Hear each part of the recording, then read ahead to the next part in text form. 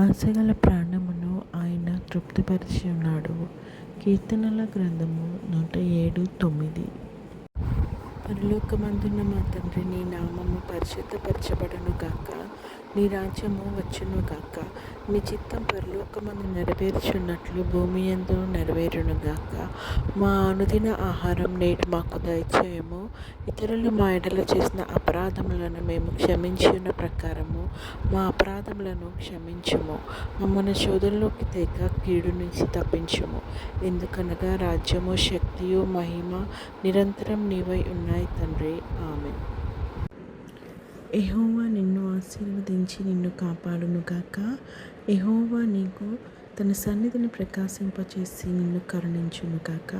యెహోవా నీ మీద తన సన్నిధి కాంతి ఉదయింపచేసి నీకు సమాధానం కలుగజేయునుగాక. ఆమేన్.